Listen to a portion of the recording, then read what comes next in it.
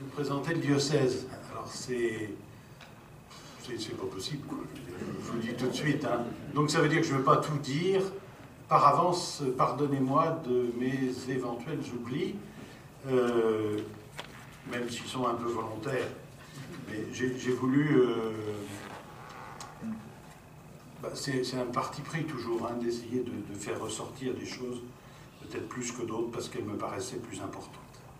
Alors, la première chose importante à dire, je crois, c'est que, vous le savez, depuis la Révolution, hein, c'est un héritage de la Révolution, les diocèses coïncident avec les départements. Donc, le substrat humain de notre diocèse, c'est le département du Calvados.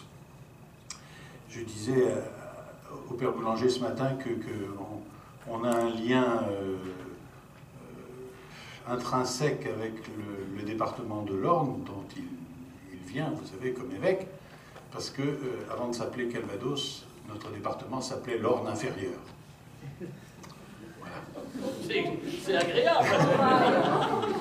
Alors, le Calvados, en quelques chiffres rapidement, hein, vous le savez probablement, le Calvados compte un peu plus de 690 000 habitants, ce qui le situe au 30e rang en France, hein, des départements, avec une densité un peu supérieure à la moyenne française de 123 habitants au kilomètre carré.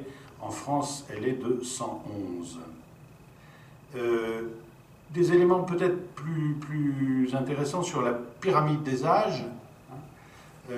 Elle fait apparaître que la population, c'est les deux chiffres qui me paraissent les plus importants, hein, de 0 à 19 ans représente plus de 25%, et de 20 à 39 ans, plus de 28%. Ça veut dire que plus de la moitié des habitants du Calvados, 54%, ont moins de 40 ans. Ce qui fait une population assez jeune.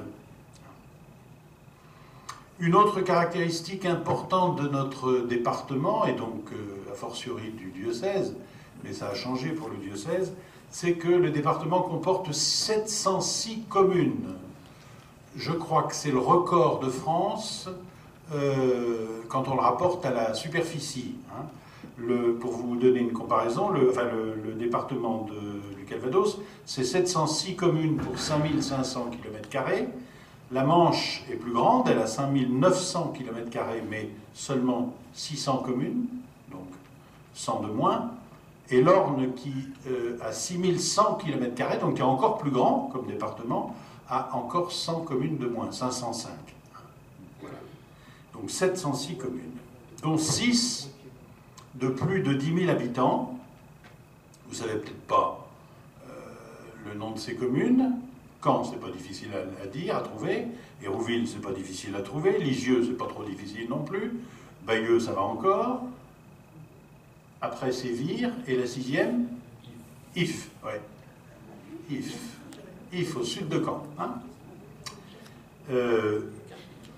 L'agglomération caennaise, hein, l'agglomération au sens large, hein, c'est pratiquement la moitié de la population. Hein. 37 communautés de communes.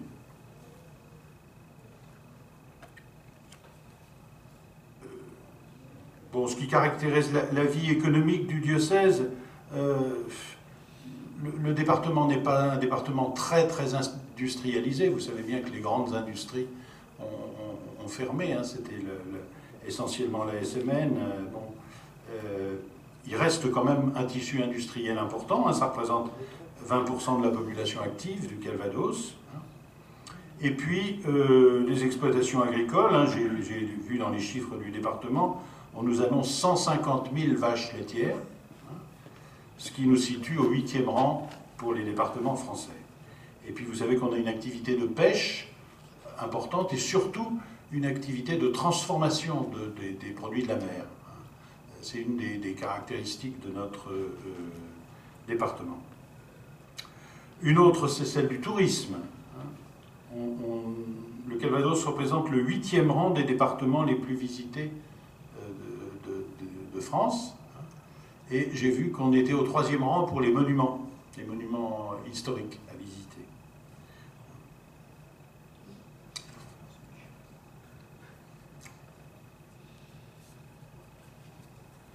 Oui, je parlais de l'industrie agroalimentaire, hein, ça représente 20% des emplois industriels dans le département, et les produits principaux de transformation sont la pomme et le lait. Dernier élément qui m'a paru intéressant par rapport au département, c'est ce qui concerne la formation des jeunes, enfin l'école si vous voulez. Hein. Le nombre d'élèves du primaire monte à 68 000 élèves à peu près. Le secondaire, 52 000. Et il y a 34 000 étudiants. Pas seulement à l'université, hein, toutes écoles confondues. Ce qui fait quand même une population globale de plus de 155 000 jeunes en études. Là aussi, c'est considérable. J'en viens maintenant au diocèse. Hein. Alors, premier point que j'ai intitulé « Le territoire et les paroisses hein. ». Vous savez que les paroisses sont les cellules de base de la vie de l'Église hein, diocésaine, et elles recoupent l'ensemble du territoire du diocèse. On les connaît surtout, on s'en est aperçu tout à l'heure, par leur nom compliqué et pas toujours très évocateur, puisque quand vous annoncez Saint-Orther-en-Soulœuvre, si vous ne savez pas que c'est Béni-Bocage, ben, vous êtes un peu perdu. Mais c'est encore plus vrai du côté de Lisieux, où les nominateurs de paroisses, je ne sais pas comment les appeler, ont manqué un peu d'imagination, et pratiquement toutes les paroisses sont du Val d'Auge ou de la vallée d'Auge, et elles ont toutes Saint-Pierre ou Saint-Paul comme patron, ou presque, mais elles sont différentes. Donc c'est plus facile quand on met un nom, quoi. Et quand on dit Lisieux, Orbec, Livarot, voilà. Mais pour l'instant, c'est comme ça. Donc, vous savez que depuis 1997, le diocèse compte 51 paroisses. Avant 1997, il en comptait canoniquement 726, c'est-à-dire un peu plus que de communes.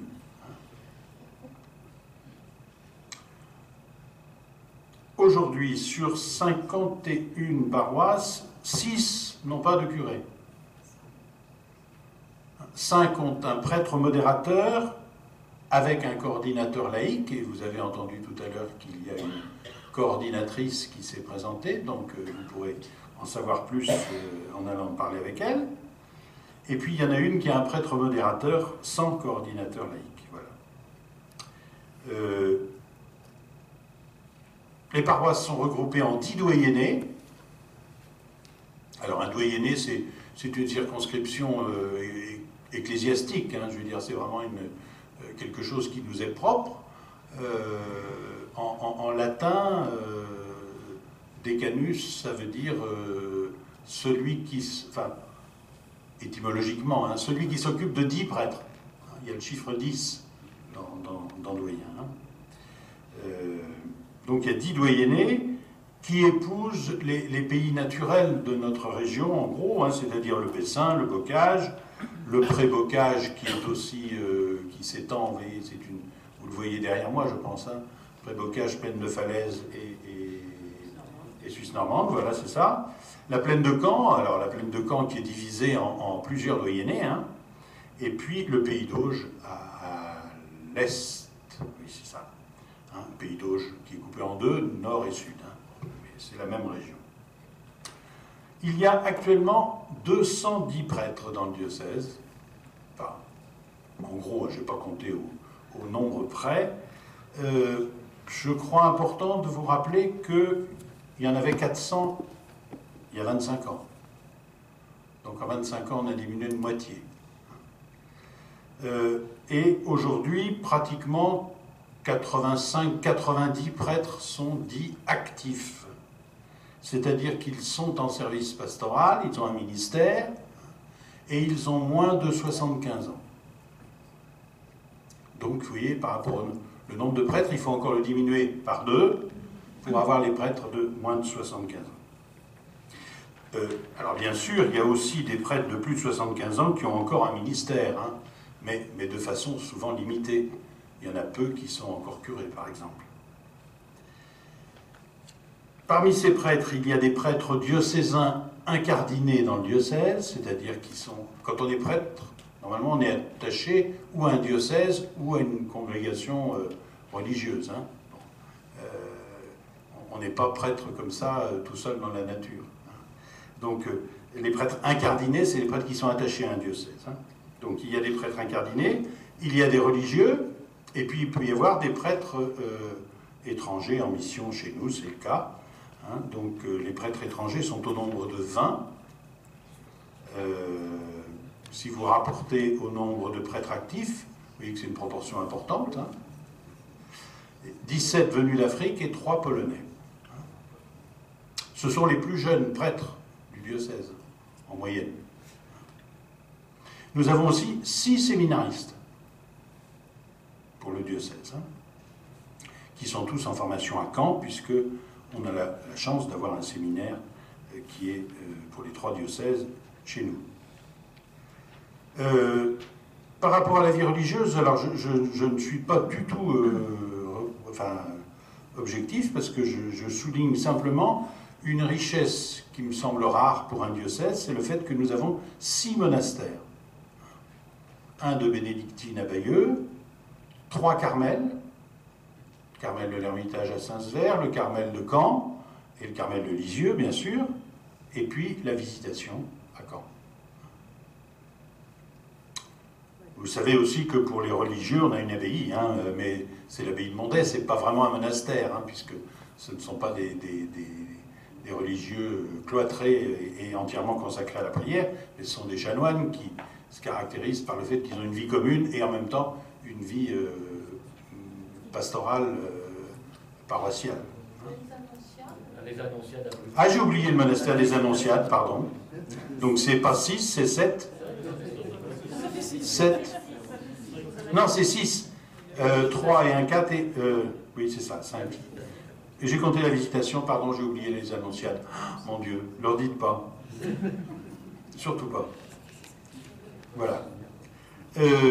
Un autre chiffre que je vous donne, mais bon, il est important parce que...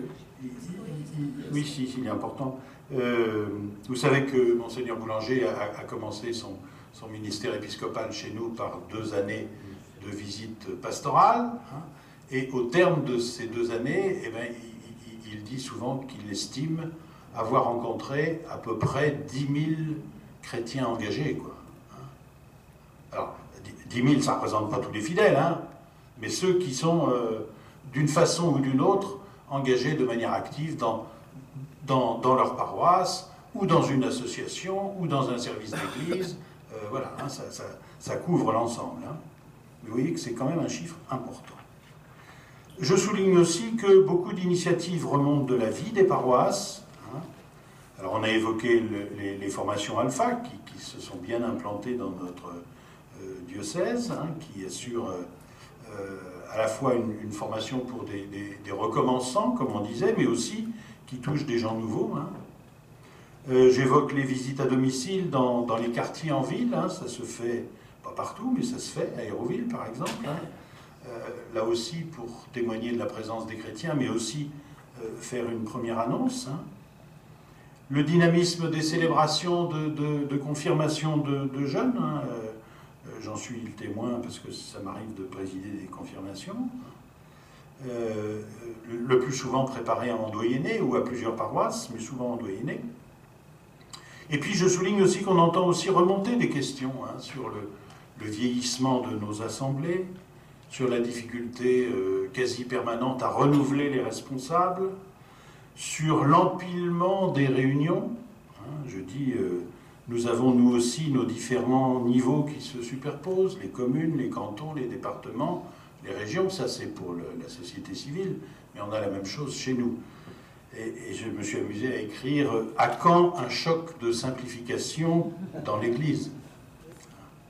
Voilà. Les services maintenant.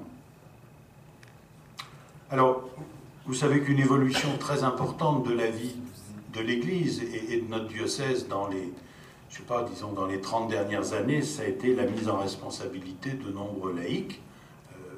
Vous en témoignez aujourd'hui par votre présence. Mais en particulier à la tête des services diocésains. Aujourd'hui, il n'y a plus que 4 services qui sont dirigés par un prêtre. Hein, la pastorale liturgique et sacramentelle. Alors, l'exorcisme, mais c'est pas tout à fait vrai parce qu'il a une équipe autour de lui, hein, c'est donc l'accueil Sainte-Thérèse, hein, bien sûr. Mais c'est lui qui est exorciste, c'est obligatoire. Le droit canonique impose que l'exorciste soit un prêtre. Absolument. Les pèlerinages, hein, rien ne l'impose, je veux dire, mais c'est encore le cas. Et puis le service Bible-Image. Les prêtres sont présents dans la plupart des services diocésains, hein, pas toujours, des fois ce sont des diacres, hein, mais ils ont un statut nouveau dit d'accompagnateur. Alors je souligne dans les services des initiatives qui marchent. Vous avez entendu parler de Nicodème, hein, c'est une formation nouvelle qui a remplacé le CDF, qui a été donc mise au point par les services à la fois de la formation permanente, de la catéchèse, de la pastorale sacramentelle et du catéchuménat. Donc c'est un travail commun. Hein, et cette année, plus de 120 personnes sont en formation. Donc on peut le souligner. Autre initiative qui marche, le pèlerinage à Rome et Assise, qui a été lancé cette année pour les confirmants, avec 200 jeunes et une quarantaine d'accompagnateurs des paroisses qui y sont allés. Troisième chapitre, peut-être de la vie diocésaine, les mouvements. Alors, les mouvements, beaucoup de mouvements de laïcs qui constituaient la trame de la vie de l'Église il y a une cinquantaine d'années déjà, hein, se sont affaiblis avec le temps, notamment les mouvements d'action catholique. Ce n'est pas vrai de tous les mouvements d'action catholique, mais c'est vrai de beaucoup. Je pense à la CO, au CMR, à la CI, à la CE, un mouvement des enfants, qui s'est beaucoup affaibli chez nous jusqu'à disparaître pratiquement du paysage. Des équipes subsistent, hein, mais le plus souvent accompagnées par des laïcs que les mouvements ont travaillé à former depuis des années. Alors d'autres mouvements prospèrent, comme le scoutisme, qui a retrouvé de la vigueur malgré son éclatement il y a une trentaine d'années en plusieurs mouvements, qui se sont habitués à vivre ensemble et à travailler ensemble depuis, c'est heureux. Et puis beaucoup de réalités nouvelles qui sont apparues dans la vie de l'Église diocésaine. Je pense à des mouvements comme les jeunes professionnels, par exemple, ou CVX, hein, et qu'on ne sait pas trop comment classer dans nos annuaires, parce qu'on a des cases toutes prêtes, mais qui ne correspondent plus à la réalité. Ça fait peut-être partie du choc de simplification dont je parlais tout à l'heure, qu'on n'a pas encore fait. Ça témoigne à la fois de la vitalité du tissu ecclésial, qui suscite sans arrêt des réalités nouvelles, hein, mais peut-être parfois dans une certaine dispersion qui peut nous faire perdre le sentiment de l'unité si on n'y prend pas garde. Et puis il faut parler aussi des communautés nouvelles qui se sont implantées solidement sur le diocèse, comme le Chemin Neuf ou l'Emmanuel, ou des communautés plus diocésaines comme Réjouis-toi. À noter que dans notre diocèse, aucune de ces communautés n'a pris en charge une paroisse, ce qui se fait parfois ailleurs. Et puis, il reste, ne font pas partie des mouvements, mais je voulais le signaler parce que c'est important dans la vie diocésaine, c'est important que ça reste à notre attention, deux réalités pastorales spécifiques que sont les aumôneries de prison et les aumôneries d'hôpital. Quelques mots très brefs pour finir sur la vie diocésaine, parce que ce sont des choses que vous savez bien sûr. Depuis près de 4 ans, notre diocèse a été mis en mouvement par l'arrivée de Monseigneur Boulanger, avec 2 années de visite pastorale. Là, c'était surtout lui qui était l'acteur principal. Et puis le lancement de Cap 2012, qui a rejoint, vous le savez, beaucoup de monde dans les paroisses, puis dans les assemblées interparoissiales, mais aussi dans les mouvements et les services, jusqu'à constituer l'Assemblée de Lisieux, qui a voté en juin 2012 les orientations diocésaines. Pourquoi je rappelle ça? Parce que je crois que dans le souhait du Conseil épiscopal de renouveler le Conseil diocésain pastoral et de le rendre plus nombreux, comment dire, plus représentatif, entre guillemets, et d'essayer de lui donner une efficacité plus grande, il y a le désir de retrouver quelque chose de la dynamique de Cap 2012, de ce qu'on a vécu. Voilà. Nous sommes maintenant dans la phase d'application, Marie-Noël nous l'a rappelé, et ce sera évidemment une des missions de ce Conseil que de travailler à mettre en œuvre les orientations au niveau pastoral. Je voulais simplement vous dire que depuis 2012, vous le savez aussi, les prêtres se retrouvent chaque année pour un temps de partage et de réflexion à Saint-Jacques, c'est en Bretagne, pendant 2 journées, disons, rapidement, ils se retrouvent. Et cette année, on va se retrouver autour de cette question, de ces 2 questions, comment vivre le ministère, donc le ministère des prêtres, aujourd'hui et demain, où va-t-on? Voilà, c'est un thème très concret qui va nous faire toucher, j'espère, à la fois ce que sont nos conditions de vie et d'exercice du ministère, mais ce que nous voudrions qu'elles deviennent pour être là encore plus au service de l'annonce de l'Évangile. Et je pense que dans ce Conseil aussi, on aura à s'interroger ensemble sur un certain nombre de choix à faire qui concernent l'avenir très concret de nos communautés et de leur annonce à nos contemporains. Voilà, je m'arrête.